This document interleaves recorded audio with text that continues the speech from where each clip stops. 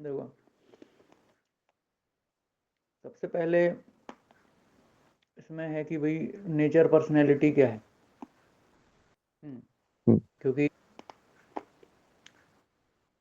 जो पर्सन ने दिखा रहा है हमसे कुंडली, हम्म, वो उसके शादी के लिए है ना, कि शादी के लिए रिश्ता आया हुआ है। हाँ, ये रिश्ते वाला चार्ट है।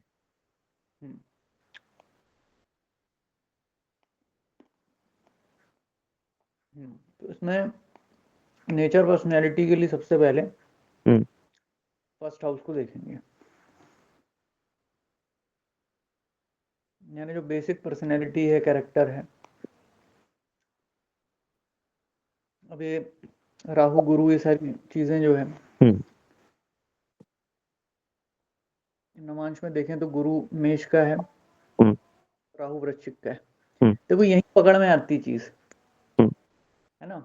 गुरु तो चलो ठीक है, हम्म, राशि वाइज भी जैसे राहु इधर मिथुन का है, अब तो ये बात आ जाती है वही उच्च का है, हम्म, तो फिर डाइवोर्स कैसे हो गया।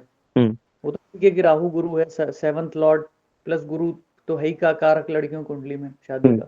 हम्म, तो फिर राहु गुरु तो यहाँ उतना तो खराब नहीं हुआ क्योंकि मिथुन राशि का है। हम्म, राहु ये भी तक लगेंगे, हालांकि देखने सरसरी निगाह से तो नेगेटिव ही दिख रहा है मैरिज के, हम्म, हम्म, लेकिन फिर भी जो लोग थोड़ा और डीप में देखना चाहें, हम्म, फिर कैसे हो गया हम्म, यहाँ, जो है ना ये वृश्चिक का राहु इसका समझ में आता है। समझ में आ रहा फिर अगेन गुरु मेष का है नवांश में, मेष का स्वामी मंगल है, है। तो देख लो 8th हाउस में, हम्म, कि अगर ऐसे देखें तो ठीक है ना, लगन में गुरु होना कोई डाइवोर्स थोड़ी करवाता है। हाँ बिल्कुल। लॉर्ड लगन में हो तो कोई दिक्कत नहीं है, अगर और उसके ऐसे साथ देखें। साथ आप इसका मतलब सेवेंथ हाउस का एस्पेक्ट भी डाल रहे हैं, वो भी और भी स्ट्रांग बना रहा है उस हिसाब से देखा जाए तो। और राहु नेगेटिव साइन का है नहीं तो मतभेद दे सकता है थोड़े बहुत, हाँ। डाइवोर्स जितना खराब नहीं है।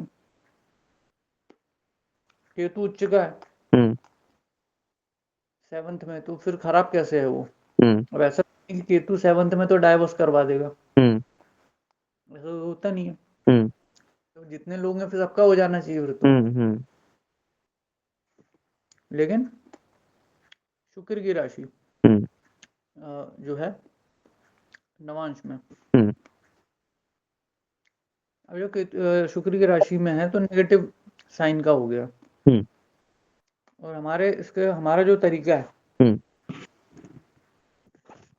इसमें केतु वही कॉम्बिनेशन लेगा हम्म, जो गुरु ले रहा है, हम्म, क्योंकि गुरु की दृष्टि, हम्म, हम्म, हम्म, उस हिसाब से ये 7-10 फर्स्ट का तो ही हम्म, नेगेटिव, 7-1 है ना, हम्म, 7-10 हो गया, हम्म, 7 में तो है ही 10 हम्म, हो गया, 1 हो गया। हम्म, और क्योंकि मंगल की राशि में है नवांश में गुरु, हम्म, तो मंगल यहाँ पे छठे 11वें का स्वामी होकर के 8th में है, तो वहां पे 11 का प्रभाव दब जाएगा, छठे का उड़ जाएगा, हम्म, तो 6-8 हो गया। हम्म, ठीक, तो कुल मिला के केतु ने यहाँ पे पहला घर, छठा घर, 8वां घर, 10वां घर, इसके प्रभाव वो ले रहा है, जो कि हम्म, मैरिज लाइफ के आगे हम्म, फिर है भी सेपरेटिव, उसका अपना नेचर भी देखना होगा, हाँ, एक्टिव काफी है। सीक्रेटिव। हाँ। फिर एक नवांश में शत्रु राशि का है, हम्म, तो शुक्र की राशि हो गई, तो हम्म, वो नेगेटिव फॉर्म करता है उसकी राशि में। हम्म, उसमें और डीप जाए तो अलग बात है कि भाई केतु है, तो वो थोड़ा यहाँ पे कैलकुलेटिव कुछ नहीं, थोड़ा मनन करना पड़ता है भाई वृष राशि हम्म, कैसे देगा।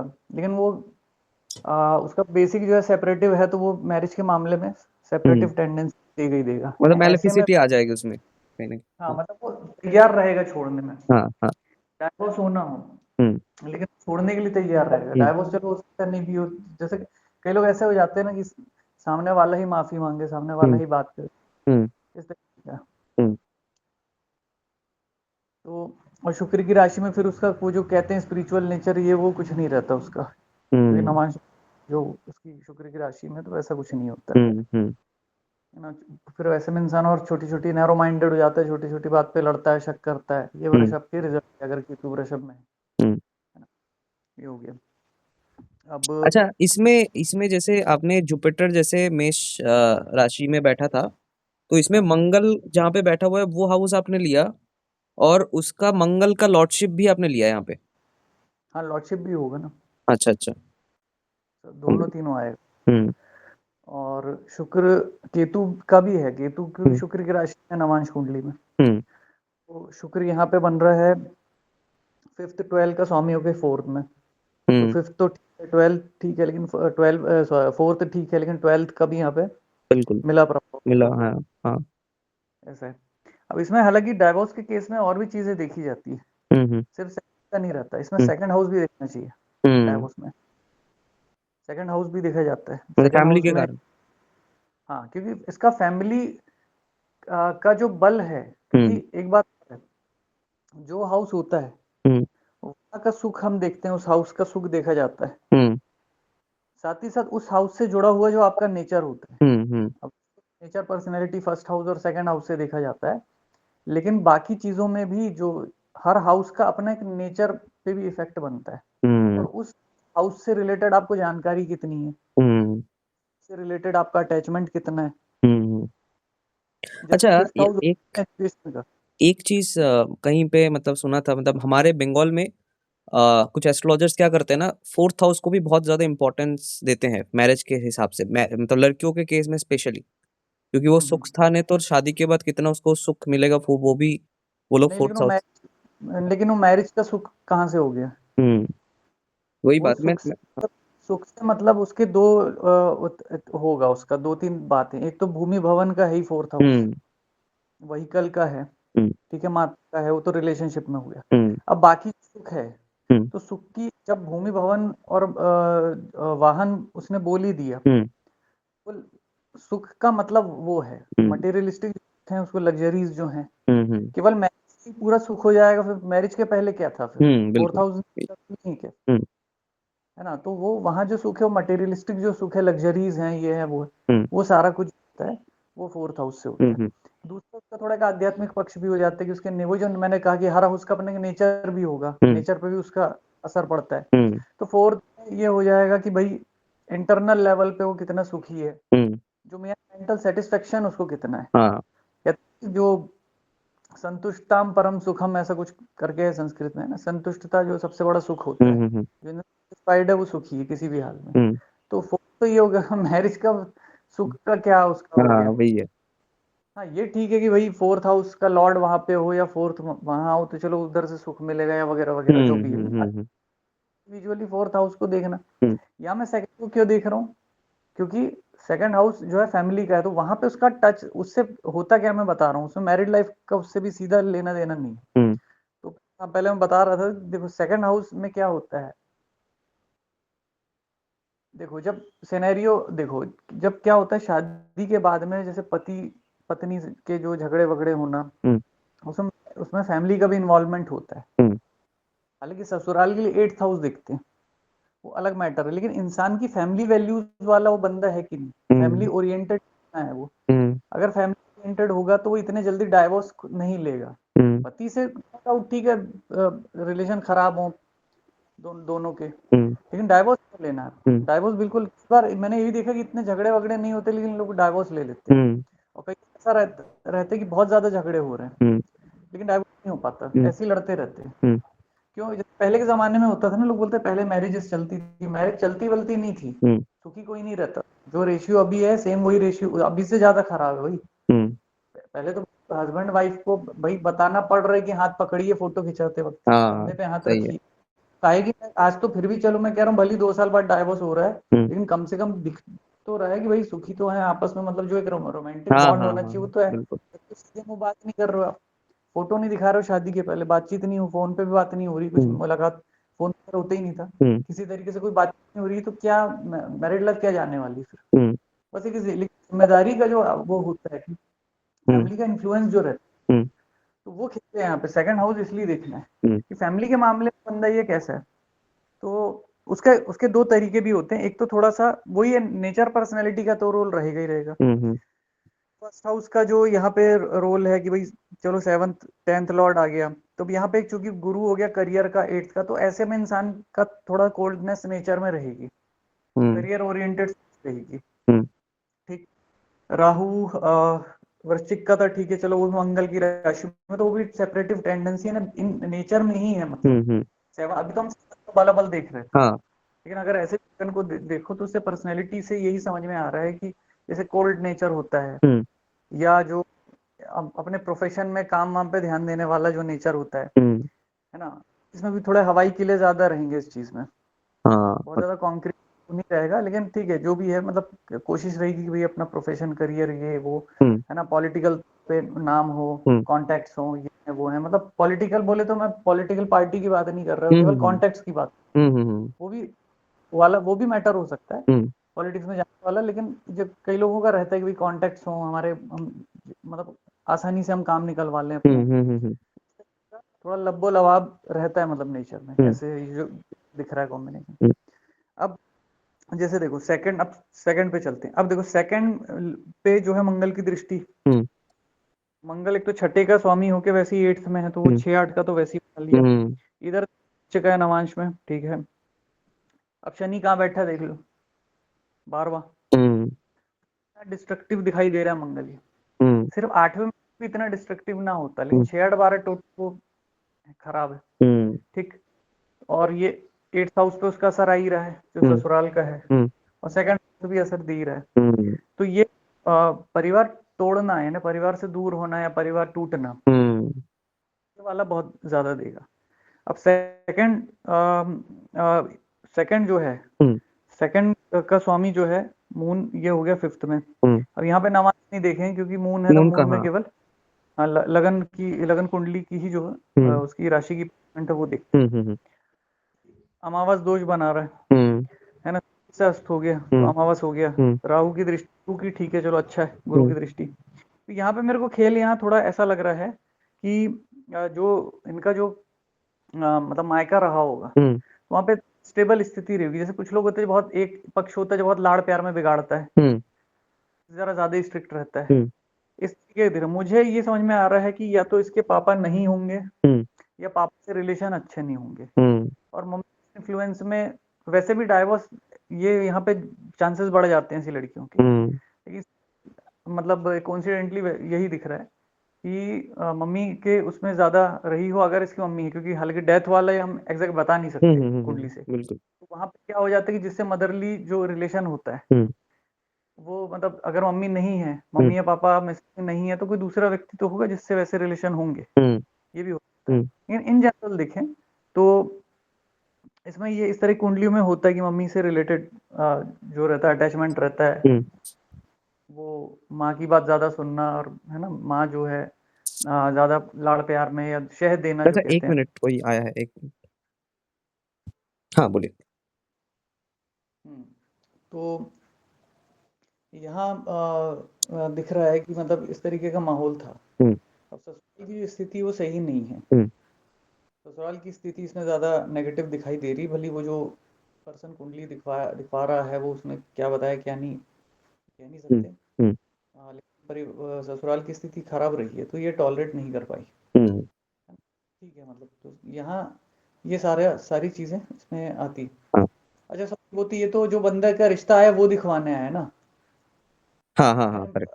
अच्छा नहीं नहीं, सॉरी सॉरी, हाँ मुझे लगा कि वो हस्बैंड, ठीक है ठीक है, हस्बैंड नहीं दिखवा रहा है कुंडली, वो तो डाइवोर्स हो चुका है, हाँ हाँ, उसका तो डाइवर्ट हो तो ये सेकंड मैरिज के लिए, ठीक है गया। ठीक, तो वो तो फिर एग्जैक्ट पता चलेगा नहीं फिर कि क्या सिचुएशन है ससुराल की, लेकिन कुंडली से ये समझ में आ रहा है कि ससुराल मतलब ये अपने तरह से फुलफिल्ड है लड़की, मतलब अपने मायके से। अच्छा, या चार्ट देख के तो ये भी मतलब जो आपने भी पहले ही बताया और मुझे भी जो समझ में आया, मतलब शादी के टाइम पे हो सकता है अफेयर वेफेयर भी हो सकता था ना, मतलब मैरिड, क्या? उस मतलब पास्ट जो मैरिड लाइफ था उसमें हाँ, एक्स्ट्रा कोई अफेयर वेफेयर का भी चांसेस दिख रहा होगा ना।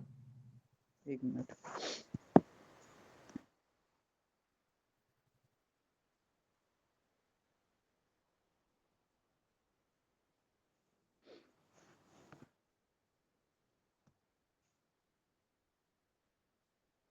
दोनों मतलब वो उसके हस्बैंड का भी रहा होगा, अच्छा। इसका नहीं लग रहा उतना, इसकी नॉर्मली बात बात होती होगी किसी से, जैसे कई बार रहते हैं ना कि बेस्टी वेस्टी टाइप्स, वो है। इधर हस्बैंड का ज्यादा लग रहा है, क्योंकि ये है कि हस्बैंड से प्रताड़ित रही हो ये, मारपीट भी हुई है इसके साथ, हस्बैंड का एक्स्ट्रा मैरिटल अफेयर, मारपीट होना, नशे वशे करके मारना, घर वालों का ये है वो है, ये सब है इसमें। वो मंगल के आप देख रहे हो क्या? नहीं, वो क्या होता है कि पति के लिए हम 7th हाउस और 7th हाउस के लॉर्ड को देखते हैं, लाइफ भी देखते हैं, वो भी देखते हैं, दोनों ही बात है।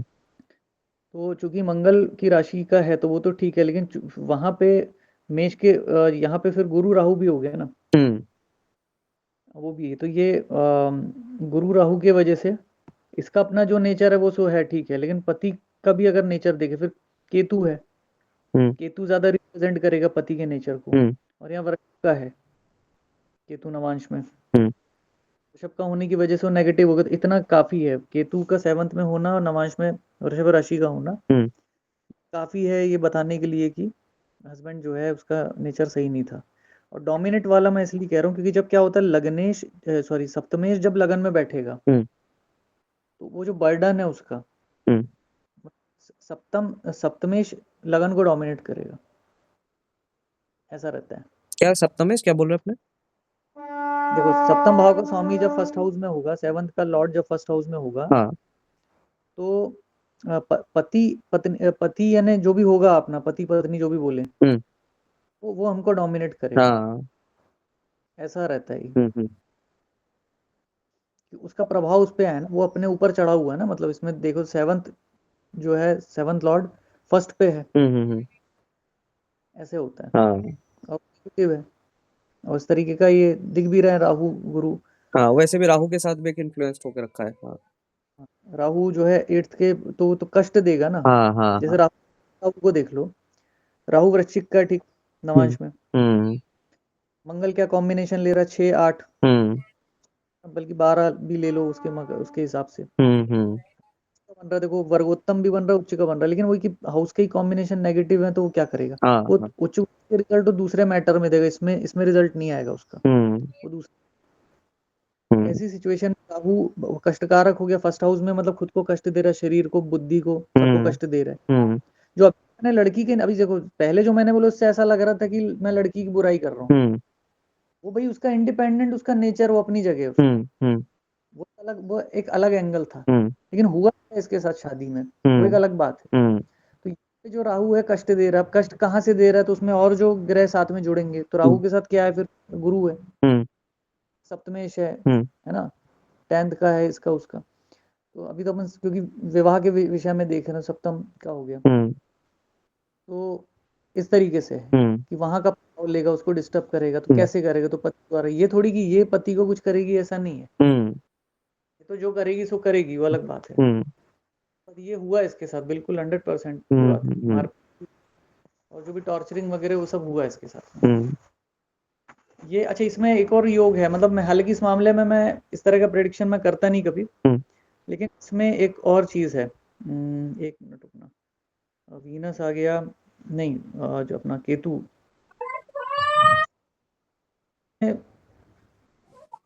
वो चीज बच रही है, नहीं तो ऐसे में क्या होता है कि डाइवोर्स नहीं होता ना, तो इसमें पति की मृत्यु भी होती है इसमें, अच्छा, सडन डेथ वेथ हो जाती है, एक्सीडेंट हो या मर्डर हो या कुछ ऐसा, मतलब जो भी हो सडन। इस सेंस मतलब केतु की वजह से नहीं, वही तो मैं कह रहा हूँ, केतु थोड़ा एग्जैक्ट कॉम्बिनेशन वैसा बना नहीं रहा, इतना स्ट्रांग नहीं, नहीं तो गुरु देखो 8th हाउस को टच कर रहा है ना, 6-8-12 ले लिया गुरु के जरिए, राहु ने भी वही ले लिया, फिर राहु गुरु अलग, तो ये भी ये कह सकते हैं कि इसका जो अभी तो डाइवोर्स हो गया, जो बंदा जो भी होगा वो आने वाले टाइम में हो सकता है, मतलब ये हालांकि ये मैं ऐसा प्रेडिक्शन करता नहीं हूँ, कि अपनी हद है उसी में प्रेडिक्शन करो, बिल्कुल है ना, जितना हम बता सकते हैं।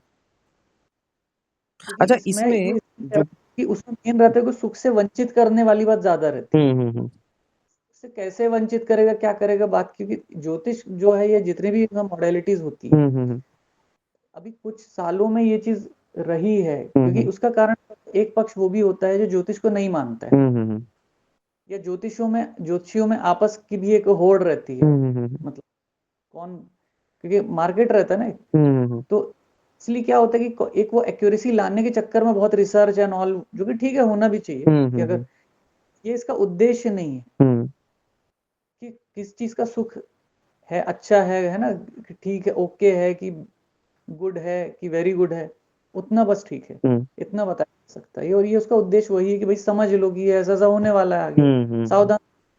उसमें इतना क्यों जानना है कि भाई, जैसे मैंने